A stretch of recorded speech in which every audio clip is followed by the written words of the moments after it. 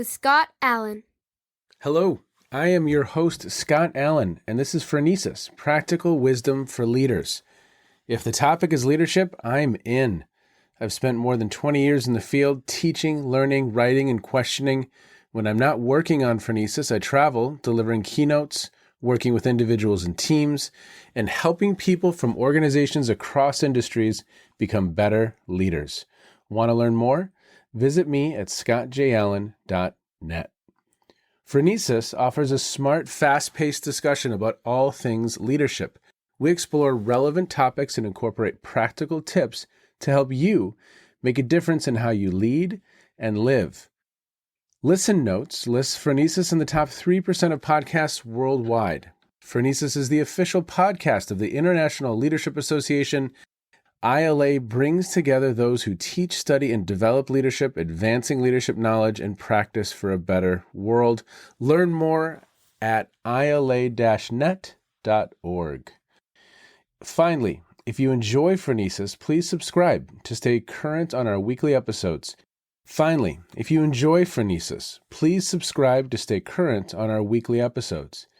you find an episode that resonates, please share it with your colleagues and friends. And if you want more content, subscribe to my newsletter, The Leader's Edge. The link is in the show notes. As always, thanks for listening. And now, here's today's show. Okay, everybody, welcome to the Phronesis podcast. Thank you so much for checking in wherever you are in the world. Today, I'm super excited. We have Dr. George Banks, and he is a professor of management, and he's the department chair at UNC Charlotte. He is the incoming editor-in-chief at the Leadership Quarterly. His research interests focus on leadership and inclusion, ethics, research methods, and statistics.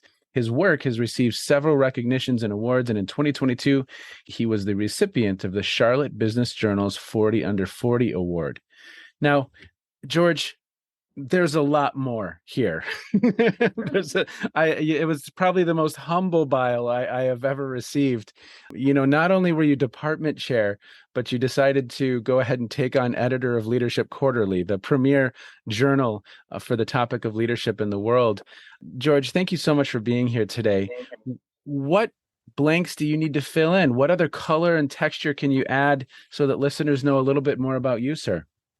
First off, Scott, thanks for having me on the podcast. I'm excited to be here. I am a professor at UNC Charlotte, like you said, originally from Washington, D.C., grew up in the Virginia area, did an undergraduate degree in psychology, government, master's degree in industrial organizational psychology, Ph.D. in management from Virginia Commonwealth University. While I was finishing up my PhD, my wife was getting her PhD in microbiology at University of Virginia.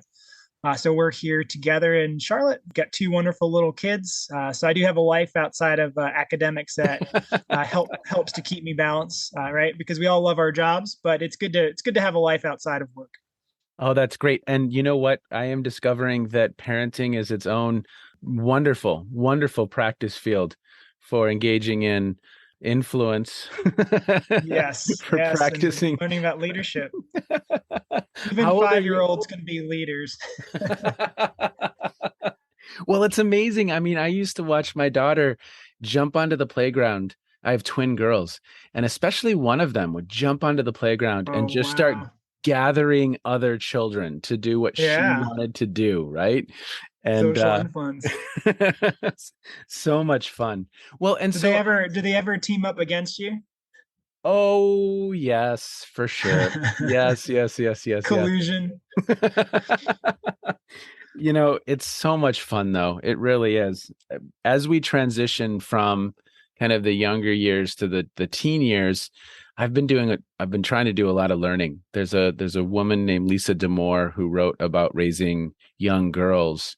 And so I've been learning about that. And I went to a session at my son's school about teenage boys. I mean, it's fascinating because more and more I kind of observe myself failing. And in some cases, it's hard. It is. And I'm seeing it. Sometimes I don't see it in real time. I look over at my wife and she tells me non-verbally, "You're failing." Yeah. But, you know, it's an adventure. It really is. Sometimes I'll say, you know, about about 14 years ago, I entered a simulation, a 24/7, 365 simulation to test and develop my emotional intelligence. And it's working. It is, but That's I keep great. entering new phases of challenge. So it's good. It's all good. Every chapter has something new for us. It doesn't it, right? I mean, it's just so interesting, this whole process. And, you know, I want to jump into how you discovered kind of your passion for what it is that you are writing about. I mean, you are so prolific. You're writing on so many different topics. How did you tap into this passion? When did you first understand that you had a lot of energy for some of these topics? I've always loved research, very intrinsically motivated by that. Certainly as an academic, there's a lot of extrinsic factors that can motivate you, but I've always been intrinsically motivated by it, almost just a research addiction in some ways, right? I think a lot of people maybe are like that, where you're very good at starting projects. It's a lot harder to finish. And especially as a PhD student, you are encouraged to try things out. Obviously, people want you to develop areas of expertise. I've always struggled with that in some ways because I just say yes to everything. I do think I've grown from it because you learn so much from using qualitative methods, quantitative methods, data science, psychometrics, econometrics, learning and dabbling in different content areas. And through all that, it's almost like it's the matrix, right? And you start to kind of see the zeros and ones, and it makes you a better scholar because you're so much better rounded, which is a little bit contrary to the advice we get, which is to kind of pick a research stream or two really quickly, double down on it, and really invest everything you've got in it. And I do think obviously there's merit to that, becoming an expert in an area and becoming recognized for it. But there's also a disadvantage. And I also think there's only 2 to 3 really interesting questions at a time in a research stream or in a literature area. And so if you're entirely invested in one literature area, there's only so much you can really produce that's meaningful, I think. Well, as I've engaged in this project of the podcast, I think I've recorded probably around 160 episodes as we're having this conversation. That's great. And what's so much fun about that is that I might be in a conversation one week with a scholar about transfer of training. And that's what he's been studying for 30 years, right? That's his area of expertise. Yep. And the next week, I'm in a conversation around adult development.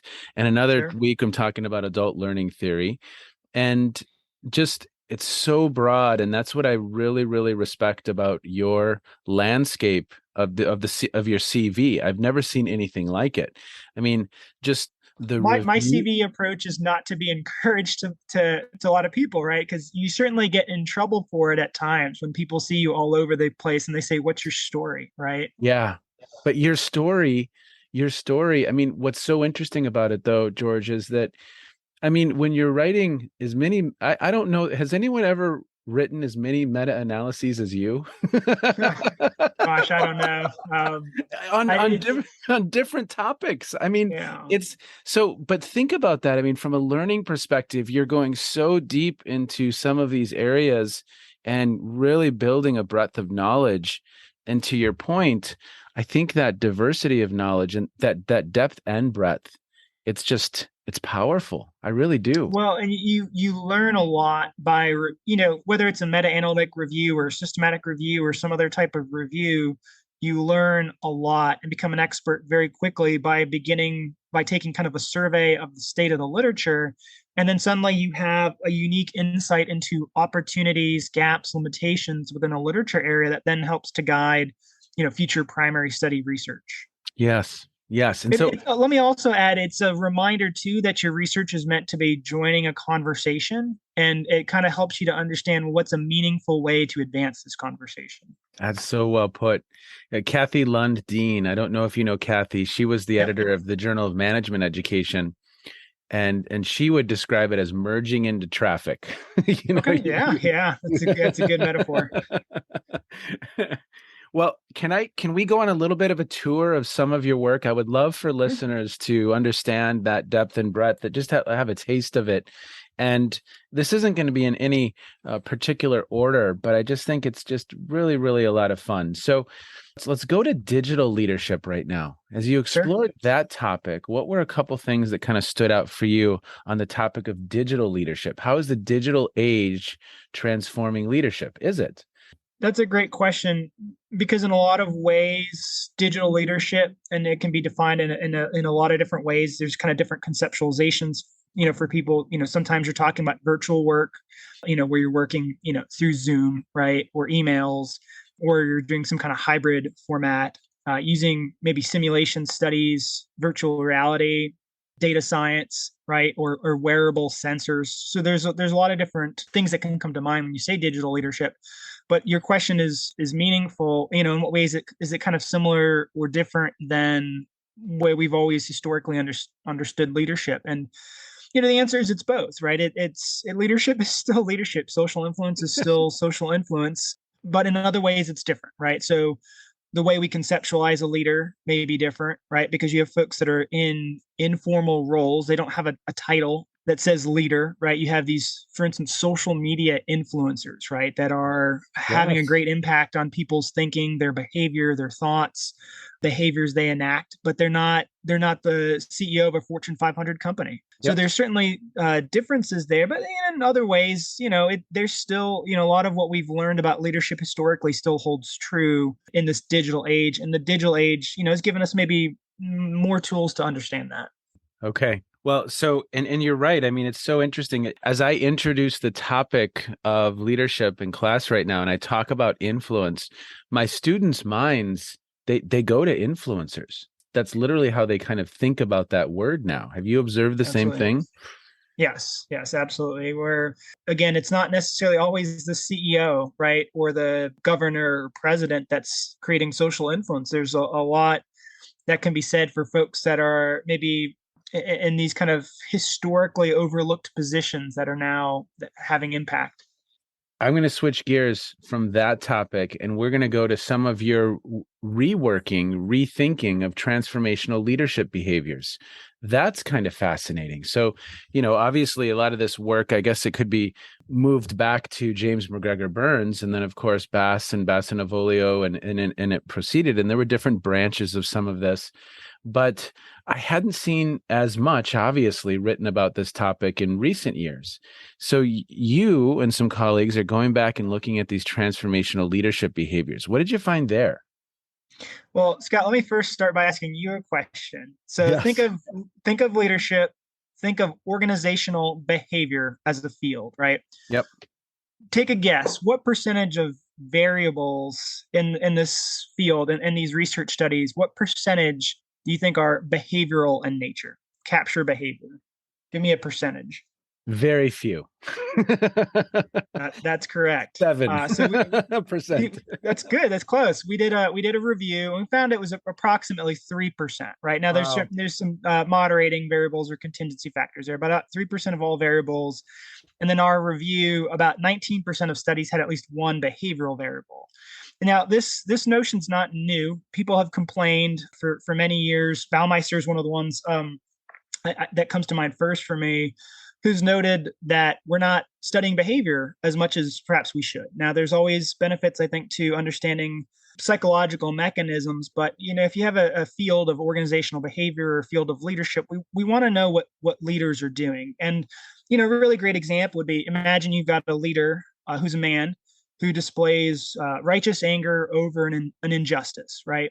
You might have a woman who displays the same behavior for the same reason, but is perhaps evaluated differently because of societal expectations for how men and women should lead.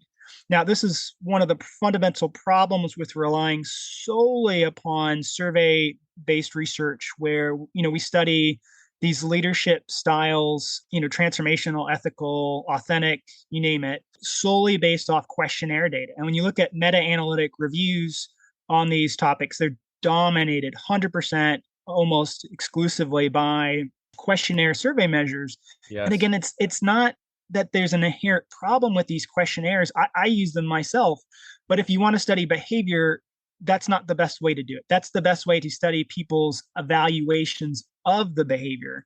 And so this was something that's not unique to transformational leadership, but we took a deep dive into it to say, let's put behavior back into transformational leadership and let's look at specific behaviors leaders enact that people who are familiar with transformational leadership might look at individualized consideration, right? Yep. So what behaviors do leaders enact that create feelings and or evaluations from followers that they've been considered? So we then experimentally manipulate these behaviors. We show that they cause behavioral outcomes in followers. And then the next step is now to teach a machine learning algorithm that can recognize these statements, for instance, in emails. They can take transcripts from Zoom meetings and identify the behavior so that we can then provide leaders with more customized coaching and feedback for how well they did enacting transformational leader behaviors and to show the benefits for followers in terms of their performance and well-being. I'm going to transition now to another stream of yours. We've got virtual charismatic leadership and then the future of charismatic leadership. But what I would really love to know is, how do you think about charismatic leadership differently than these transformational leadership behaviors? What are the differences for you as you think about those two different concepts? That's great. So historically, there have been some concerns, probably dating back at least a decade, if not longer, that there's redundancy between charisma and transformational leadership. And again, not unique to these topics. Yep. There have been concerns for years that there's as many definitions of leadership as there are folks that have studied it. You have things people will throw out like empowering leadership, humble leadership, servant leadership, and people will say, well, what's the difference, right? Yep. So this is not unique to charisma or transformational. And in fact, when you start studying specific behaviors, you can see instances where you're like, okay, that looks redundant, or maybe there's overlap, but it's meaningful, right? So if you were to think about transformational leadership, one way that you might enact a behavior to develop followers is to teach some kind of life lesson, right? Well, how do you do that? You might tell a story, you might share an anecdote, you might use a contrast where you present two different perspectives. That is also has been studied as a charismatic leadership tactic. So it could be potentially both, right? Similarly, you might look at ethical leadership where you're signaling values. You might use a rhetorical question, which is also a charismatic leadership tactic, to signal a value about a moral. So you have in these instances both behaviors that could be classified as charismatic, transformational, ethical. And in fact, this is the way that people experience leaders, right? Because you're not going to get typecast as just a charismatic and I'm typecast as an ethical. And that's it. You don't do anything ethical. I don't do anything charismatic, right? That's not the way it works. Yeah. And so this is also a way that data science then comes into play, because instead of administering these questionnaires where you've got the maybe MLQ for transformational or the ELS for ethical, right? And you have these scales, and the way we'd maybe try to study them simultaneously historically is to give a questionnaire with 100 items and you have all these leadership styles built into it.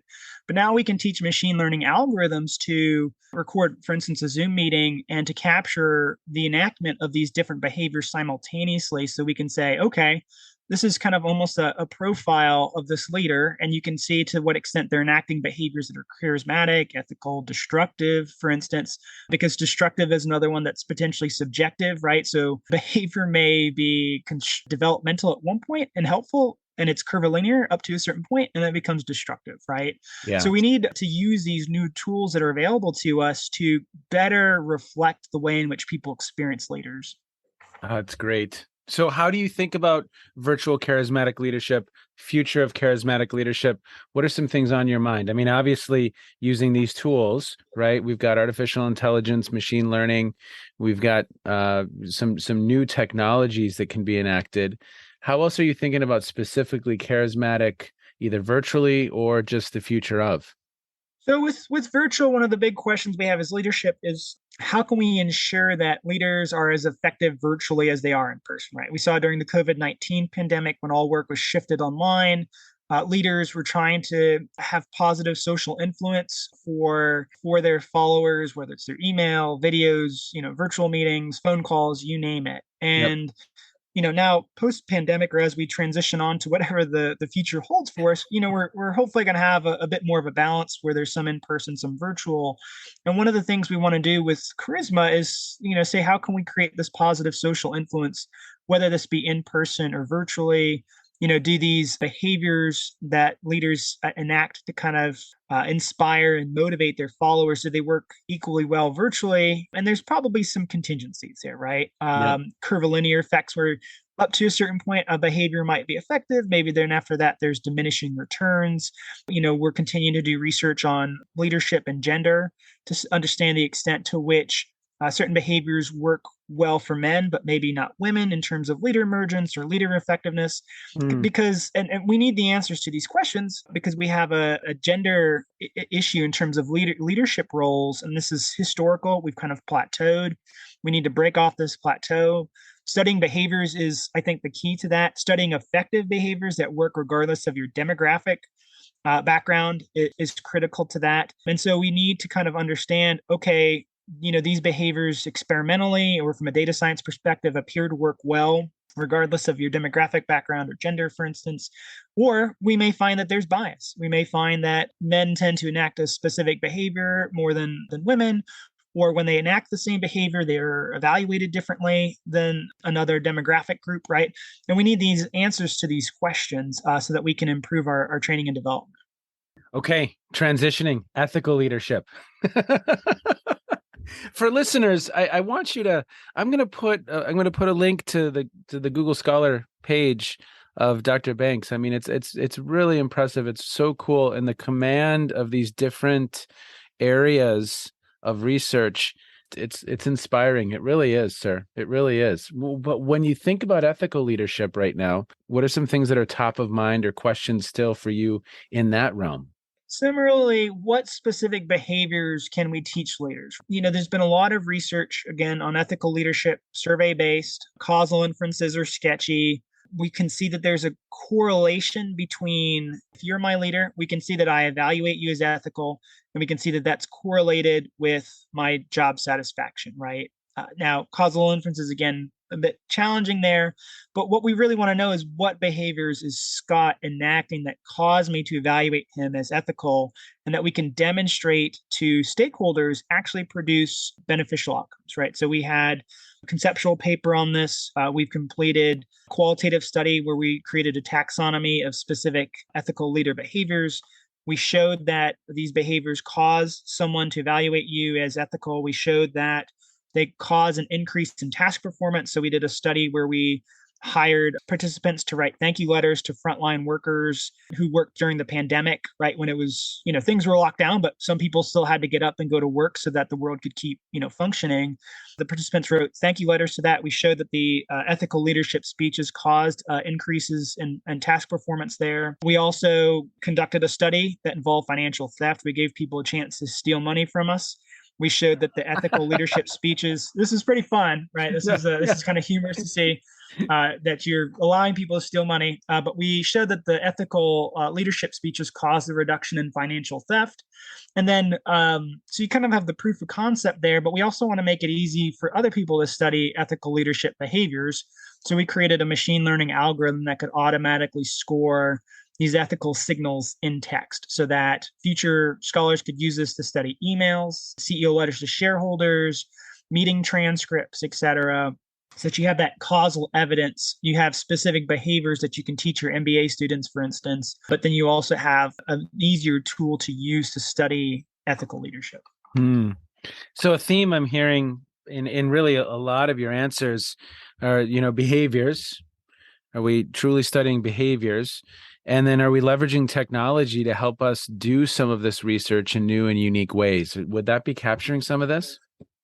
Yes. And I will add that I have a real interest in research that promotes inclusion, especially from a leadership perspective. And I think one of the reasons why we haven't made more gains in this area is because we're not studying behaviors, right? So again, if you're a good leader, we don't know, looking at the literature, very specifically what behaviors you enacted that caused that. So again, imagine we're in a Zoom meeting and I get cut off. You might say, Hey, George, I noticed you didn't get a chance to finish your thought. I'd love for you to tell me a bit more about your ideas, right? And see how that creates a feeling of inclusion in what might be an in-person meeting or a virtual meeting. And so we want to be able to pinpoint these behaviors that leaders can do very specifically so that we can teach it to leaders, which can help them emerge, but can also help them to be effective as leaders once they get there into those leadership roles. I love it.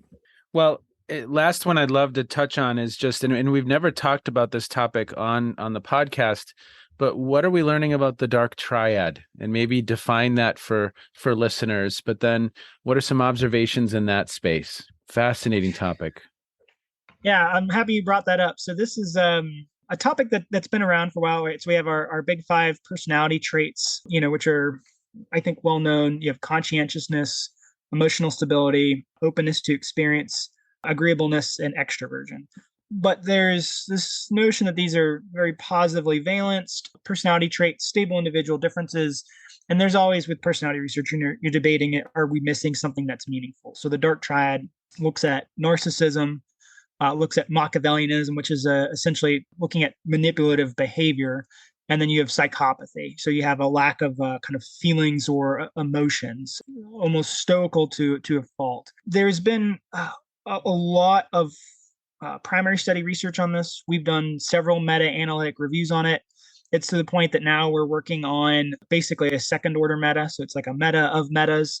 We're introducing some new contingency factors. So, using best practices in open science, right? To see, to do traditional results hold up, and trying to understand the full extent of these personality traits. And one of the things that's interesting about the dark triad is people have long talked about, are there points in time that these are good, right?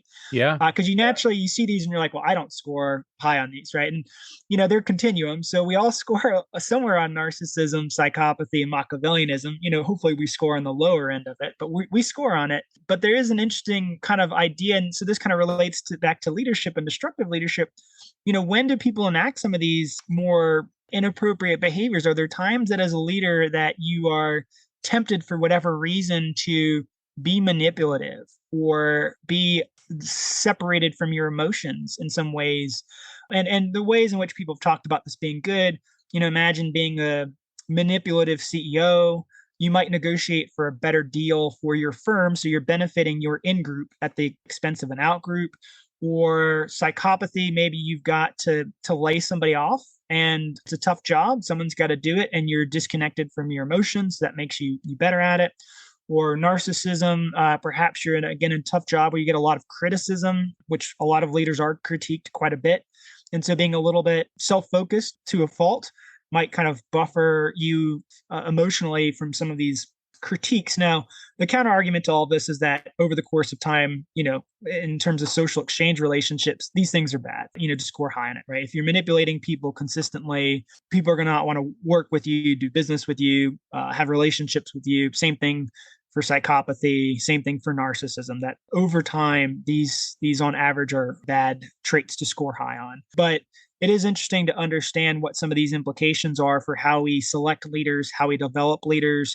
This relates to a really cool paper on hubris that was published in Leadership Quarterly. I think it was last year, where they looked at how appointed leaders have some kind of arrogance associated with it because they're like entitled almost. I earned this, I deserve it. Now I'm in charge and I'm the boss, right? Yep. As opposed to other techniques to leadership selection where you might have a pool of qualified individuals that are then one is randomly selected, and how this might reduce this kind of hubris or entitlement effect because you recognize that you're competent, you've worked hard, but there's less entitlement because of the way the selection was made. Well, you mentioned LQ, so let's go there. You've just in recent months taken over as editor-in-chief, or have you actually officially taken over now, George? I take over July or January 1, but we've begun the transition phase in terms of putting together the team, working on editorial policy, kind of the behind the scenes in terms of operating the system. So that, it's anytime you have a transition like that, you want things to be smooth and not rushed. So we've begun. Oh, that's great. That's great. So would you talk a little bit about some of your vision for the journal? What's exciting for you as you think about this opportunity? Sure. So when Antonicus came in about 6 years ago, he did a lot of heavy lifting in terms of creating the foundation that we have today, in terms of putting emphasis on strong causal inferences, helping to improve the methodological rigor of the journal, but also the field. And then also starting the process of enacting open science practices, which is really important, not just for having a robust science that replicates and can be reproduced, but also has benefits for collaboration, exchanging of resources and materials. Hmm. He also did a great job starting to grow the field in terms of recognizing that, hey, it's not just management and applied psychology that can contribute to this, but there's benefits to biology, sociology, economics, political science, education. All these fields are encouraged and welcome to study leadership. And so, Hmm. all of those things, I certainly want to continue the emphasis on methodological rigor, causal inferences.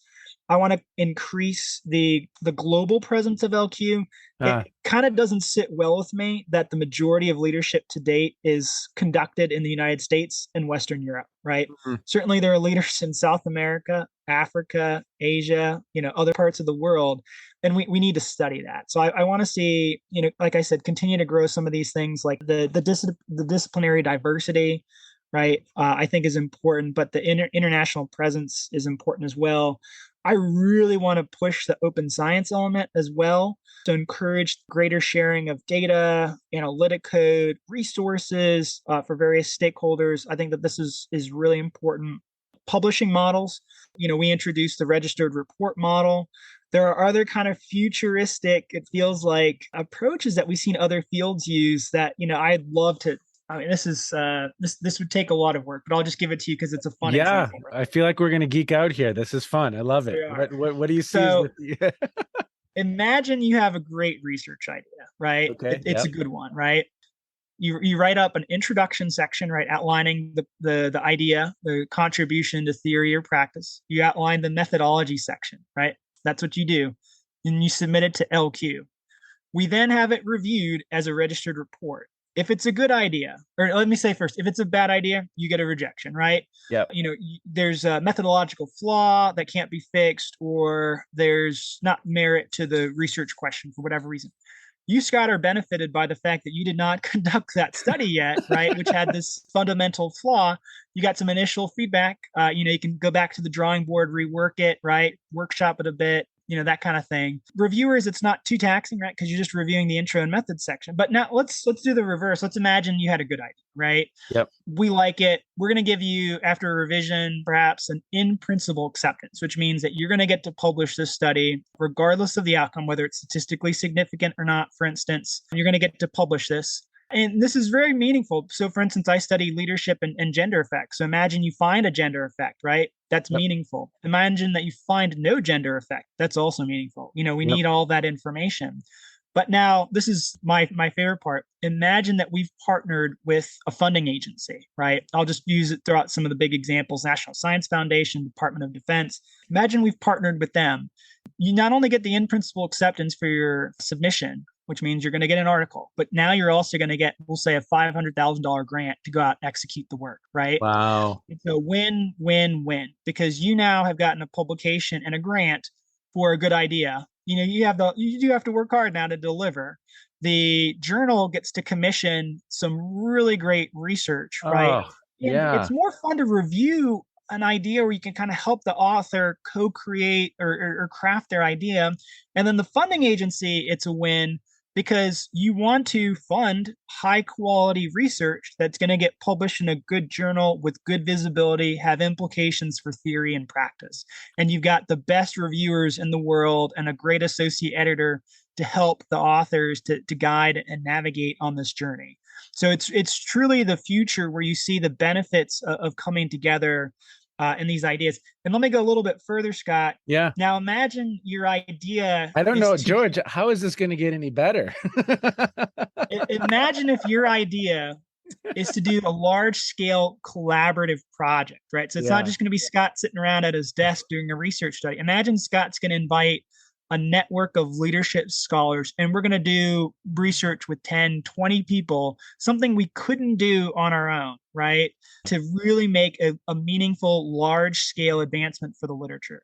Now, I jokingly say that this is, the future, but we have already begun this. So you mentioned virtual charismatic leadership. That was funded in part through a grant from Society for Industrial Organizational Psychology. It was an international collaboration. We have a grant now from the Army Research Institute for a prospective meta-analysis. So not a retrospective where everyone kind of worked on their own and you're trying to find these articles and hope that you can analyze them together, but a prospective meta. So we had a workshop in September where a bunch of leadership scholars from around the US came, and we developed an idea for a project. This was supported by, again, the Army, and we're going to create this project proposal, submit it as a registered report where we get feedback, right? So it's not quite the process I just described where you get the in-principle acceptance and then the grant. This time it happened a bit in reverse, but you can see the benefits to the authors, the journal, the funding agency, and the field as you start to produce this collaborative research. Yeah. Oh, that's just incredible. It's elegant and it's beautiful. It's meaningful. I mean, there's so many wins baked into. I mean, you're not wasting the time of reviewers. You're not wasting. I mean, are there like 12 wins in that? and it accelerates science, right? Because when you do a typical meta-analysis, you've got to wait 10, 15, 20 years for enough research to emerge that you can meta-analyze that data set. Now here, so in the charisma model I'll use as an example again, we did the traditional retrospective meta-analysis that was published in 2017. And of course, like most meta-analysts, we came up with a list of things we wish the primary study authors had done and hope that people will listen to us in the future so that 10 or 20 years from now, there's enough data to analyze, to answer these questions. And we said, you know what? Let's just go ahead and do it ourselves now, right? Why wait? Yeah. And so that's when we did the prospective meta-analysis. And so, we're doing some others on authorship right now. And folks in other fields have been doing this for a while. So this again it's not unique to have large scales of researchers come together and work together on something. Well, George, I can't thank you enough for your time today. We should probably start to wind down. Just a couple of things. So, and some of these I'm repeating. I very much appreciate, obviously, your command of the methods and the statistics and the technology. But then I just have such great appreciation for your willingness to your point, in some ways, buck the trend a little bit and approach this work differently, because I think we need that. I think we know where the norms of behavior when it comes to how a scholar exists in higher education, we know where that gets us, and here we are. And you are thinking from a creative and innovative standpoint about how we do some of this better, how we accelerate some of this work, how we do better work. And I just have a great appreciation. I just have a lot of respect. I really, really do. Well, thank you, Scott. But let me also add that, the work that I do has been so inspired by so many different scholars. And it's really a nice time to be a leadership scholar right now because there's just such community. There's just so much support, exchanging of ideas. It feels like a really collegial, fun, safe space to do this research. So, I've learned so much from folks before me and folks that I work with, even PhD students, right? You learn from those collaborations. Sure. Well, as we close out for the day, what have you been streaming? What have you been watching? What have you been listening to? What have you been reading? What's caught your eye in recent times? It might have something to do with what we just discussed. It may have nothing to do with what we've just discussed. But what's caught your attention that listeners might be interested in? That's a good question. And as you're phrasing it to me, I'm trying to think about some of the stuff that I'm currently listening to versus some things that I've listened to or read recently. And I'm going to go with one that's relatively recent. So this was just published in 2019. It's a book. I'm a big Audible fan. I don't work for Audible. I'm not advertising for them, but it's a nice way to squeeze in some reading that's not journal articles, right? So there's one. Let me read the full title to you because I think there's some other sort material out there related to it. It's Invisible Women, Data, Bias, in a World Designed for Men, and it's the author is Caroline Corrado Perez. Perez is the last name there. And this book just blew my mind because, you hear about gender bias and gender discrimination, in different areas, but they start, the author breaks, and if you get the Audible book, she narrates it herself, which is even better, right? Yes, yes. But you start realizing, and one thing I love about this as a scientist, it's very evidence based, right? So she doesn't just say there's bias or discrimination here or there. She's citing really specific examples, and it blows your mind. And it covers everything from the way in which like when it snows, the way in which people determine, city planners decide where to plow first, right? And if you think about things like minimizing injuries and accidents and where people need to go, so it covers everything from that to the organizational science space and the way in which jobs are designed to set people up for success. And I like it because she also covers a lot of kind of practical takeaways for folks that you're like, wow, I could enact that today at my job. And it's one thing I also love to highlight, right? It talks about bias that create challenges for women in the workplace, but there's a lot of implications for men too, which a lot of times when you talk about gender equality in the workplace, there tends to be a focus on, well, what can women do, or what do we need to do to help women? But really, it's not a us versus them kind of story. It's how can we all work together to make the workplace better? And so a lot of her recommendations aren't just helpful for women; they're helpful for men to make their lives better as well, like together. And so that's one of the positive messages I love from the book. Interesting. I will put that in the show notes for sure. And I too, I love it when it's the author who's reading. I just listened to Lisa Feldman Barrett, the 7.5 Lessons About the Brain. And oh my gosh, right? I mean, I love hearing the authors share their work. Or have you ever listened to Ray Dalio, George? Gosh, that name sounds so familiar. Oh, okay. So you want a book that's going to it's a little bit like Harari with 21 Lessons for the 21st Century. Just this kind of, 50,000 foot, but Dalio has a book called Principles for Dealing with the Changing World Order. And it is just a fascinating listen if you get an opportunity. He's going to a number of bodies of literature. He founded a firm called Bridgewater, and he's a historian, and he loves economics, and he loves investing, and he's very interested in, what is it that caused the Dutch to rise and then fall, and the British to rise and then fall, and then the US, and where are we in comparison to China? But he's looking at it. He has these 18 principles that he kind of looks at to indicate success or concern. And it's just a really interesting, but I love listening to him. He actually switches, readers. And I'm like, Ray, come back. I liked you as the person. Well, George, I'm so thankful for your time today. And again, thank you for the work that you're doing. It's oftentimes a thankless service, serving in these roles, because it's a heavy lift and it's a lot of work. But I hope listeners believe at this point that we are in very, very good hands and there's a bright future. I loved hearing your optimism about where we are, and that it's a fun time to be a scholar, and it's a fun time to be doing this work with some of the individuals in the field. It's exciting. It really is. And I think so much of what you discussed will help catapult our work forward much more quickly than maybe it has in the past. So thank you, sir. Thank you, Scott, for having me. I really appreciated the opportunity to come on the podcast. I'd love to have you back. We'll be in touch. Absolutely. Okay. Bye-bye. Okay. I don't know that there's too much more to say.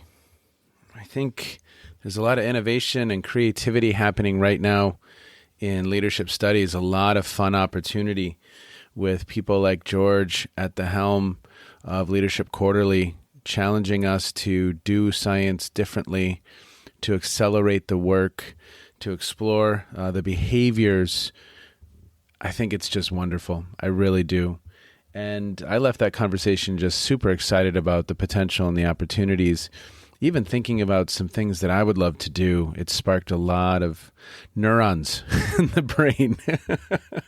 So thank you so much, George. Thank you for the work that you're going to do, that you have done to help us better understand this thing called leadership. If you haven't listened to the previous episode about the followership conference, please do, and consider submitting to the followership conference a proposal and consider attending. I think it's a wonderful opportunity to explore that topic as an area of inquiry as well. Take care, everybody. Thanks again to Dr. George Banks. We are in good hands. Accelerating science. So exciting. Wonderful stuff. Take care, everyone. Be well. And as always, thanks for checking in. You have just finished another episode of Practical Wisdom for Leaders with Scott Allen. To contact me, visit scottjallen.net or send me a note at scott@scottjallen.net. I'm also on LinkedIn, so let's connect. If you have feedback, I'd love to hear it. And as always, thank you so much for listening.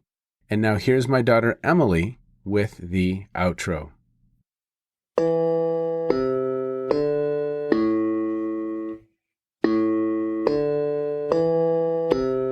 You've been listening to Phronesis, Practical Wisdom with Scott Allen.